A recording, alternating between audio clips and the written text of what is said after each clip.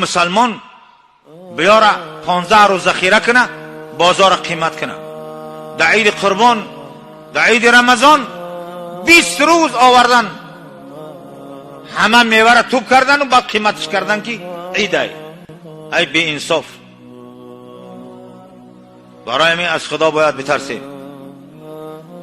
جوانا از این چیزی حرام مزیر نابود کننده عقل، دین و ایمانتان از این بر حذر باشه.